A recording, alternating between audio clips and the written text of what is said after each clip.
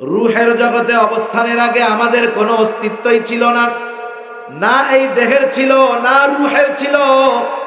আদম আলাইহিস সালাতু ওয়াস সালামকে আল্লাহ তাআলা সৃষ্টি করবার পর আদম আলাইহিস সালামের পৃষ্ঠদেশ তথা পিঠ থেকে আল্লাহ তাআলা কিয়ামত পর্যন্ত যত মানুষ আসবে, যত মানুষ এসেছে, যত মানুষ আছে, আল্লাহ তাআলা একত্রে একসাথে আদম আলাইহিস সালাতু ওয়াস সালামের পৃষ্ঠদেশ থেকে বের করেছে। একসাথে সব রূহ আল্লাহ তাআলা বাইর করেছে। আমরা সকলে রূহের জগতে ছিলাম। রূহের জগতে কত বছর ছিলাম, কত কাল ছিলাম, আমাদের কারো কিন্তু ওই হিসাব জানা নাই। দেখা যাবে লক্ষ লক্ষ লক্ষ বছর পার হয়ে গেছে রূহের জগতে। এখন প্রশ্ন হতে পারে, রূহ কি জিনিস? রূহটাই হলো আমাদের মূল। এই যে স্ট্রাকচার, এই দেহ, এটার কোনো দাম নাই যদি এই দেহ থেকে রূহটা বের হয়ে যায়। এই জন্য দেহ থেকে যখন রূহ বিচ্ছিন্ন হয়ে যায়, মানুষ তখন মারা যায়, তখন ওই মানুষটাকে আমরা বলি লাশ। তখন তার নাম বলি না, উল্লেখ করি অমুকের লাশ অথবা শুধু লাশ। অর্থ হলো লা শাইউন ফি, যার মধ্যে কিছুই নাই। আসলে কি নাই? হাতও আছে, চোখও আছে, কানও আছে, পাও আছে, সব আছে। কি নাই? যেইটা নাই সেটাই হলো রূহ, আর সেটাই হলো একটা মানুষের মূল জিনিস। রূহ কি জিনিস? কিছু বিষয় আছে যে মানুষ ওই বিষয়টা অনুধাবন করার, চিন্তা করার, বুঝবার যোগ্যতা, জ্ঞান আল্লাহ তাআলা মানুষকে দেয় না। আল্লাহর প্রতি যদি অগাধ বিশ্বাস থাকে, আল্লাহ তাআলার কথাটাকেই বান্দা বিশ্বাস করে নেয়, বুঝুক আর না বুঝুক। যখন রাসূলুল্লাহ সাল্লাল্লাহু আলাইহি ওয়াসাল্লাম মক্কায় কাফেরদের দাওয়াত দিচ্ছেন, নবীজি তো আর কাফেরদের মাঝে অপরিচিত ছিলেন না। 40 বছরের উপরে নবীজি কাফেরদের সাথে বসবাস করছে। মক্কার মানুষ ওনারে ভালো মতো চিনে। মক্কার মানুষই উনাকে আল আমিন উপাধি দিয়েছে, মক্কার মানুষই উনাকে আস-সাদিক উপাধি দিয়েছে।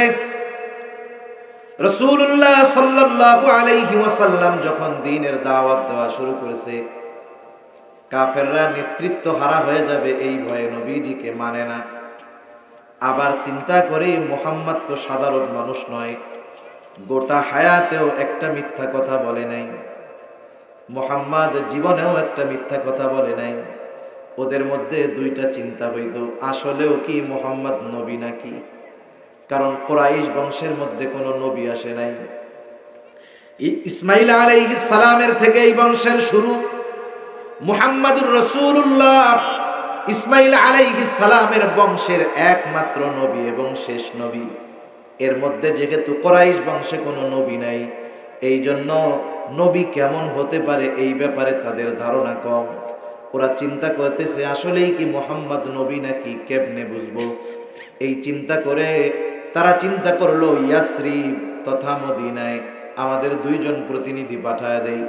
যেহেতু এইখানে আহলে কিতাব আছে, ইহুদিরা আছে, যারা আসমানি কিতাবের ধারক বাহক, ধারাবাহিকতার ক্রমান্বয়ে তাদের কাছে নবী আসছে।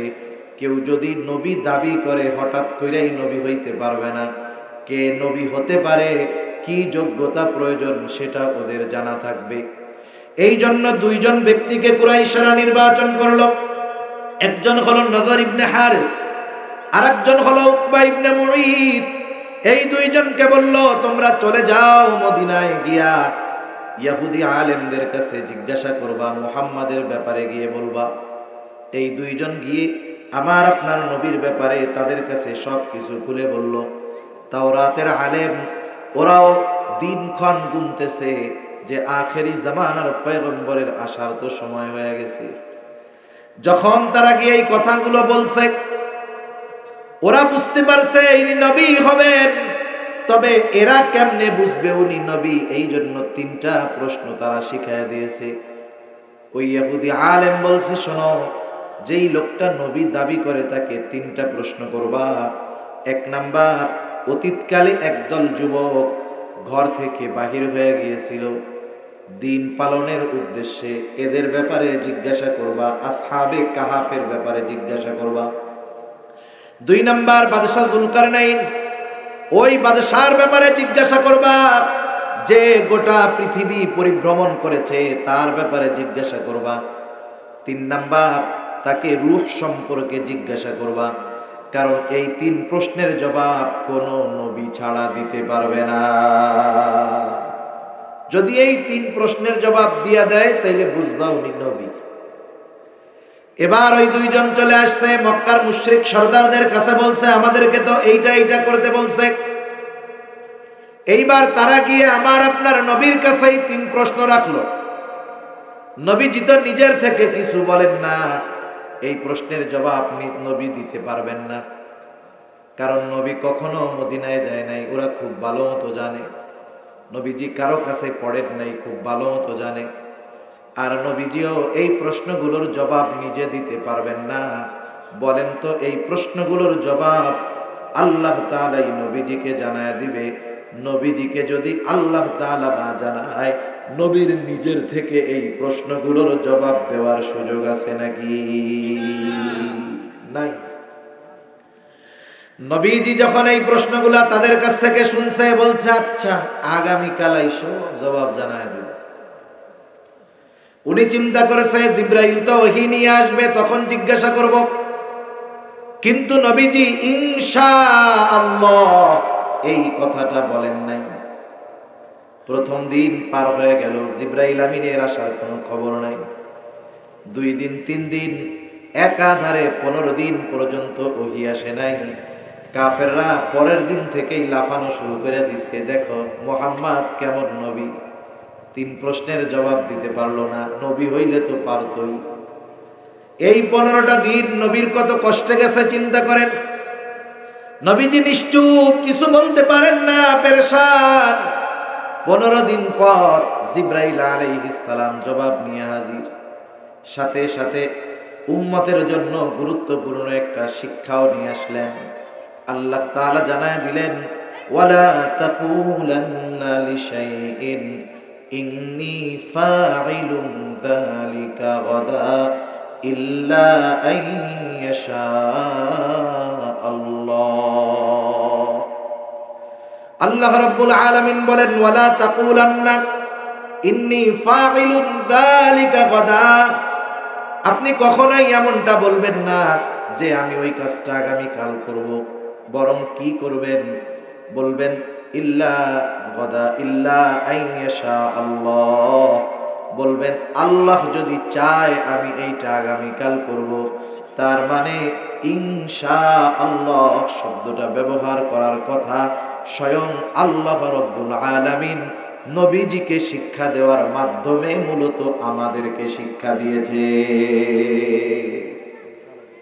তাহলে যখন ভবিষ্যতের কোনো বিষয় বলবো, করার এরাদা করব, তখন কি বলবো? ইনশাআল্লাহ। আর এখনকার ইনশাআল্লাহ আর অরিজিনাল ইনশাআল্লাহর মধ্যে তফাৎ আছে। এখন হলো মানুষ না করার, না যাওয়ার জন্য বলে ইনশাআল্লাহ। এজন্য কেউ যদি কাউরে বলে ভাই এই কাজটা কইরা দিয়েন, উনি যদি বলে ইনশাআল্লাহ, তাইলে ও মনে করে তাইলে আর হইছে। তারপরে কি বলে, ভাই ইনশাআল্লাহ কইেন না, আপনি সত্য সত্যই কইরা দিয়েন। তার মানে দেখেন, আমরা ইনশাআল্লাহ বললে মানুষ এখন আর বিশ্বাস করে না, কারণ ইনশাআল্লাহরে আমরা ঢাল বানায় ফেলছি, না করার ঢাল, না বলার ঢাল। খবরদার, এই 2 নাম্বারই ইনশাআল্লাহ আমরা বলবো না। ইনশাআল্লাহ আল্লাহর উপরে ভরসা রেখে বলবো, নিজের চেষ্টা প্রচেষ্টা অব্যাহত রাখবো। এরপরে যদি ওইটা না হয় তাহলে বুঝবো যে আমি চেষ্টা করেছি কিন্তু আল্লাহ তাআলা এটা চান নাই। সাথে সাথে ওই 3 প্রশ্নের জবাবও চলে আসলো। 3 প্রশ্নের মধ্যে একটা প্রশ্ন হলো ওয়ায়াসআলুনাকা আনির রূহ, তারা আপনার কাছে জানতে চায়, আপনাকে জিজ্ঞাসা করে রূহ কি জিনিস।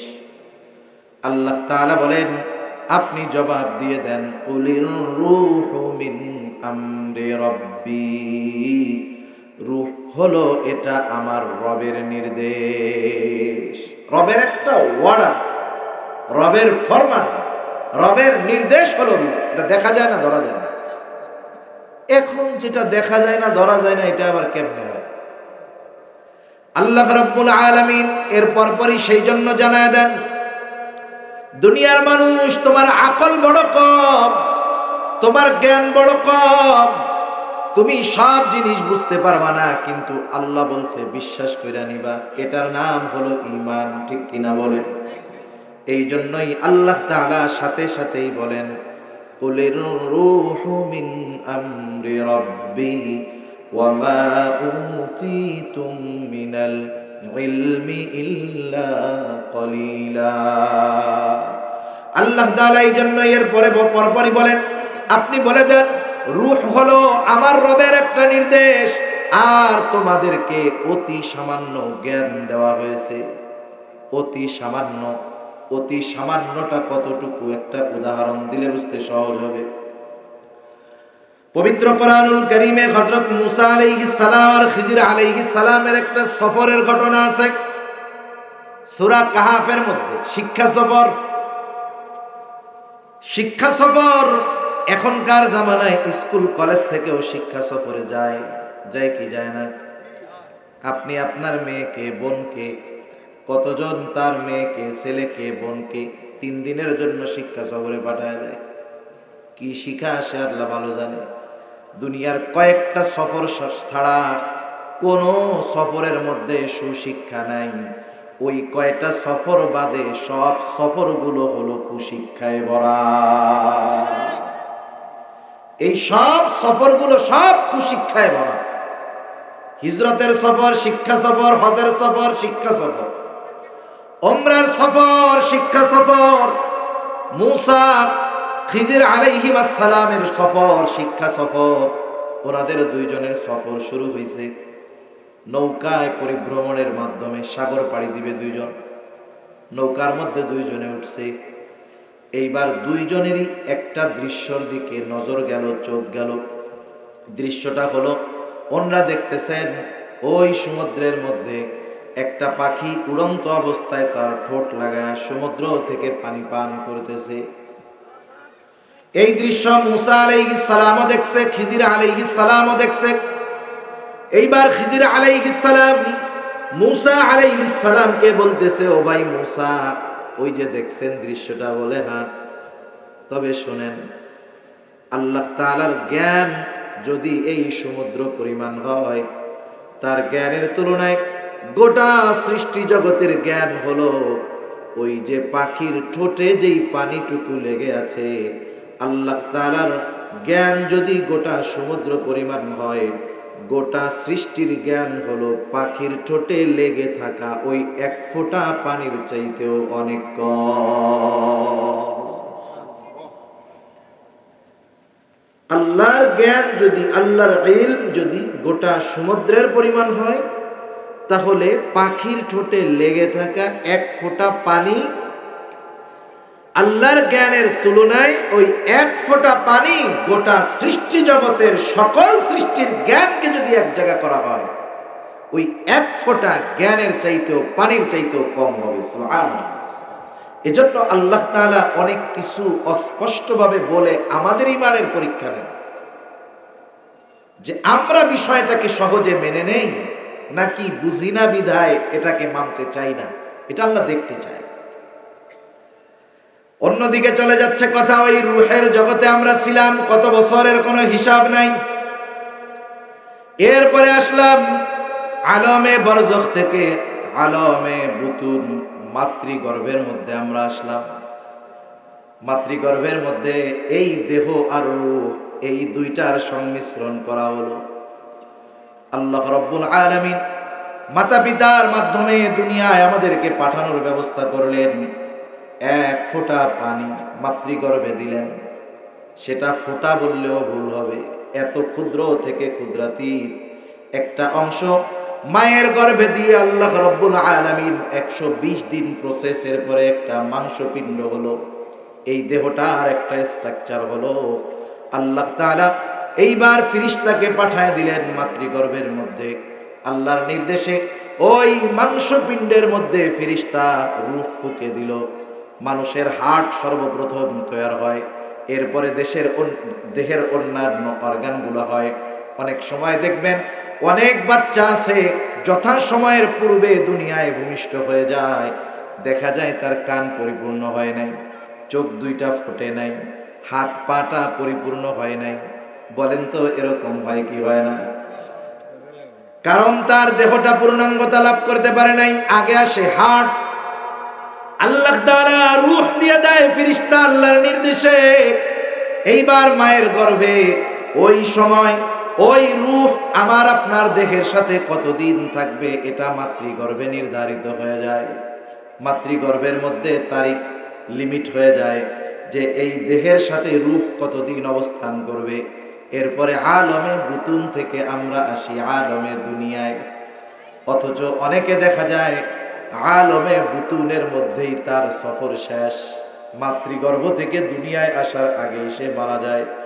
অনেকে আলমে দুনিয়ায় আসে, অল্প কিছু সময় থেকে মারা যায়। কেউ 1 মাস, কেউ 1 বছর, কেউ 2 বছর, 10 বছর, 15, 20, 40, 50, 60, 70, 80, 100 বছর বাঁচা লোকের সংখ্যা নাই বললেই চলে।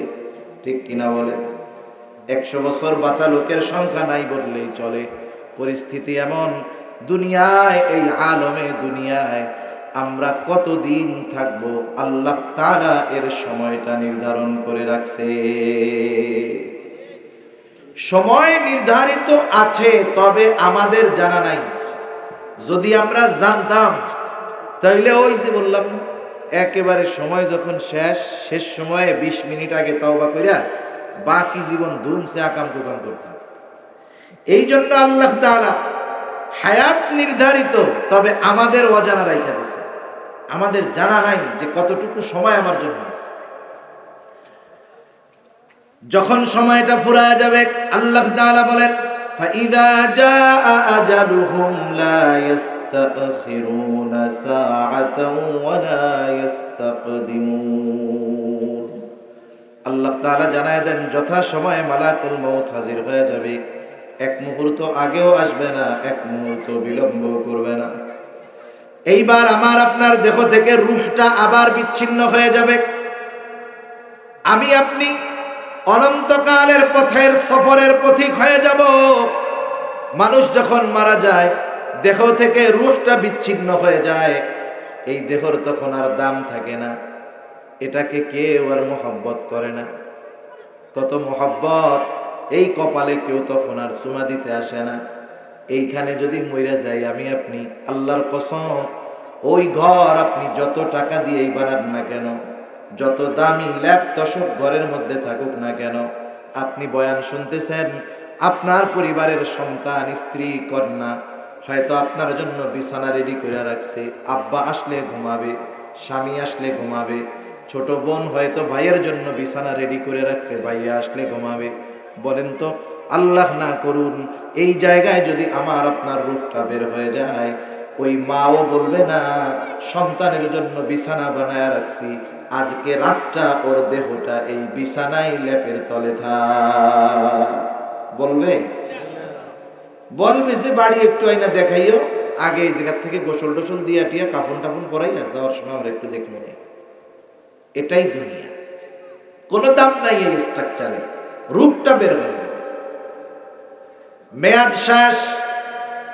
সব অঞ্চলে মাইকের মধ্যে ঘোষণা দেয় অমুক এলাকার অমুক, আজ বিকাল 5 ঘটিকার সময়, আজ সন্ধ্যা 7 ঘটিকার সময় ইন্তেকাল করিয়াছে। আগামী দিন সকাল বেলায় অমুক মাঠে সকাল 9টায় মরহুমের নামাজে জানাজা অনুষ্ঠিত হবে। অতএব সকল ধর্মপ্রাণ মুসলমানদেরকে উক্ত মরহুমের জানাজায় শরীক হওয়ার জন্য অনুরোধ করা গেল। এই ঘোষণা আপনাদের এলাকায় দেয় কি দেয় না? এই ঘোষণা দেওয়ার সময় একটা আরবি শব্দ ব্যবহার করে, শব্দটা হলো ইন্তেকাল। ইন্তেকাল শব্দের অর্থ হলো স্থানান্তরিত হওয়া। তার মানে সে এক জায়গায় ছিল, এখান থেকে আর এক জায়গায় গিয়েছে। দেহ পচনশীল কিন্তু রূহ পচে না। দেহ ধ্বংস হয়ে যায় কিন্তু রূহ ধ্বংস হয় না। কারণ রূহটা হলো আল্লাহ তাআলার নির্দেশ, এটাকে কেউ মারতে পারবে না। মূলত মালাকুল মউত এই দেহ থেকে রূহটাকে বিচ্ছিন্ন করে ফেলে। মালাকুল মউত রূহ থেকে দেহটাকে আলাদা করে ফেলে। রূহ যেহেতু আসল, এতকাল রূহ আমার দেহের সাথে আলমে দুনিয়ায় ছিল, এইবার স্থানান্তরিত হয়ে চলে গেল কবর জগৎ, হাদিসের ভাষায় আলমে বরজখ। কবর জগৎ, আলমে বরজখ, এখানেও আমাদের থাকতে হবে দীর্ঘকাল, তবে অনন্তকাল নয়। আলমে বরজখ তাদের জন্যই সুন্দর যারা দুনিয়ার জগতে ভালো কাজ করেছে, নেক আমল করেছে, গুনাহ থেকে বেঁচে থেকেছে। আলমে বরজখ তাদের জন্য সুন্দর হয়ে যায়। যখন আমরা দুনিয়া থেকে চলে যাব, আমাদের প্রত্যেককেই কবরে যখন রাখা হবে, প্রশ্ন করার জন্য ফেরেশতা চলে আসবে। এমন 3টা প্রশ্ন করবে, যেই 3 প্রশ্নের কথা বারবার বারবার আমরা দুনিয়ায় শুনি।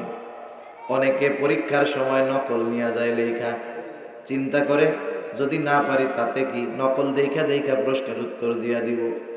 কেউ যদি চিন্তা করে হুজুরেরা তো বলছে, উলামায়ে কেরাম বলছে, হাদিসের মধ্যে আসছে কবরে 3 প্রশ্ন করা হবে, অসুবিধা কোথায়?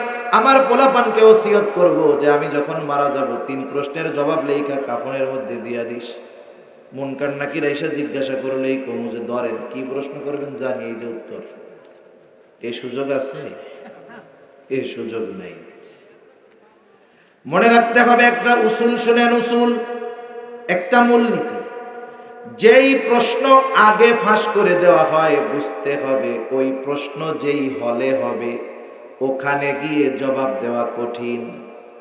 আর যেই প্রশ্ন আগে জানায়া দেওয়া হয় না, ওই প্রশ্ন হলে গিয়ে দেওয়া যাবে উত্তর, এটা তুলনামূলক সহজ।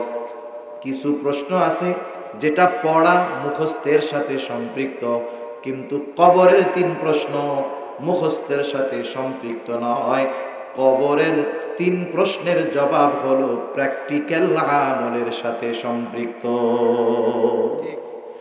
যে এই 3 প্রশ্নের আলোকে দুনিয়ায় আমল করবে, সে যদি কবরে এই 3 প্রশ্ন হবে নাও জানে, কিন্তু এই 3 প্রশ্নের আলোকে দুনিয়ায় যদি আমল করে, এমনি জবাব দিতে হবে।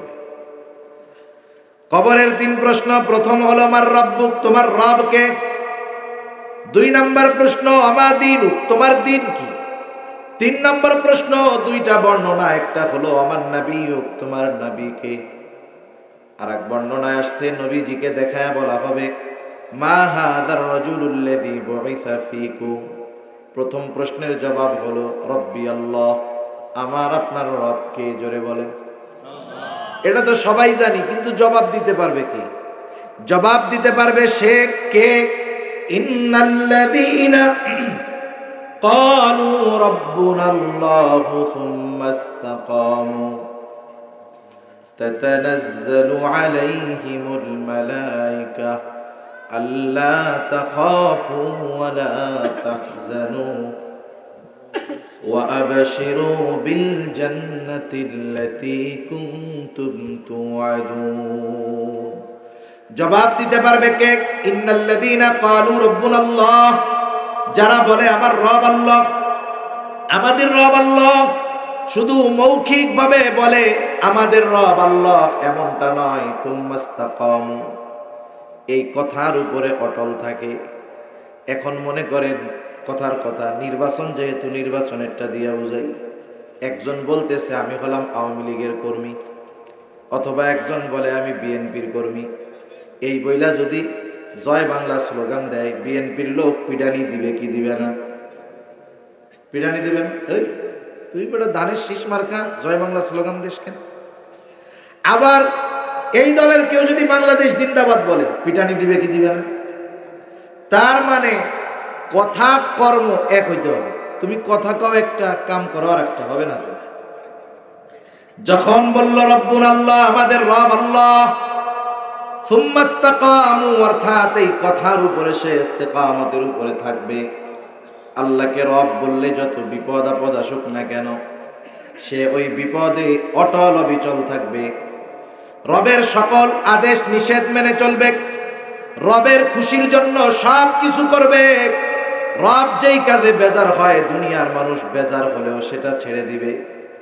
এই অবস্থার উপরে যারা দুনিয়ার জীবন পরিচালিত করবে, কবরে যখন প্রশ্ন করা হবে তোমার রবকে, সে তো সারা জীবন রবের গোলামি করছে, তার জবাব দিতে কোনো কষ্ট হবে না, সাথে সাথে বলবে আমার রব হলো আল্লাহ।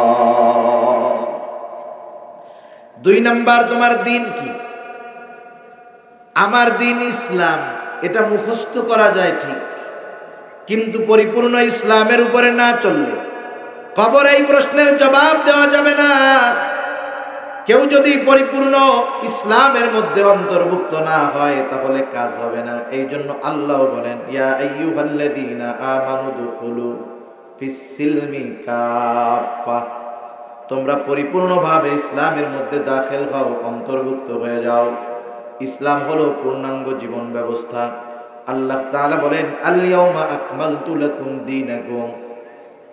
আরাফার দিন আল্লাহ তাআলা ওহী নাজিল করে জানায় দেন, আজকে আমি তোমাদের দিন তথা জীবন ব্যবস্থাকে পরিপূর্ণ করে দিলাম।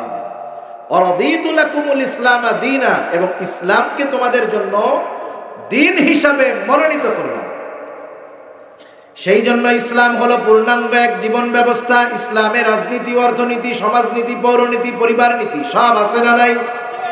কেমনে পরিবার চালাবো ইসলামে আছে, কেমনে প্রতিবেশীর সাথে আচরণ করব ইসলামে আছে, কেমনে ব্যবসা করব ইসলামে আছে, কেমনে মানুষের সাথে লেনদেন করব ইসলামে আছে, কেমনে রাজনীতি করবেন ইসলামে আছে, কেমনে রাষ্ট্র চালাবেন ইসলামে আছে, কেমনে সমাজ চালাবেন ইসলামে আছে, কেমনে নিজের জীবন চালাবো ইসলামে আছে, কি খাওয়া যাবে কি খাওয়া যাবে না ইসলামে আছে, কার সাথে কেমন আচরণ করতে হবে বলেন তো ইসলামে আছে না নাই? এমন একটা জিনিস দেখার যেটা কোরআন সুন্নাহর মধ্যে নাই। সারা দুনিয়া গুগল দিয়ে টুকাইয়াও পাওয়া যাবে না। ইসলাম পূর্ণাঙ্গ জীবন ব্যবস্থা। এই জন্য যেই ব্যক্তি পরিপূর্ণ ইসলাম অনুযায়ী চলবে ও কবরে জবাব দিবে আমার দিন হলো ইসলাম। সারা জীবন ইসলামের বিরোধিতা করে, হ্যাঁ, সেকুলারিজমকে নিজের আত্মা বানাইয়া, হ্যাঁ, কবরে গিয়ে জবাব দিবা আমার দিন ইসলাম। তোমার এই কথা শুনে শয়তানে হাসে বেড়ায়, ঠিক কিনা বলেন? চিন্তা করে বলে কি এটা কিভাবে সম্ভব? ইসলামের মধ্যে নাই, সারা জীবন ইসলামের বিরোধিতা করছে, কবরে গিয়া জবাব দিবে যে আমার দিন হলো ইসলাম। এ কি দুনিয়া? পাওয়ার আছে, ক্ষমতা আছে, ভয় দেখাইলা যা করলা করে ফেললা, এটা তো আর তা না। 3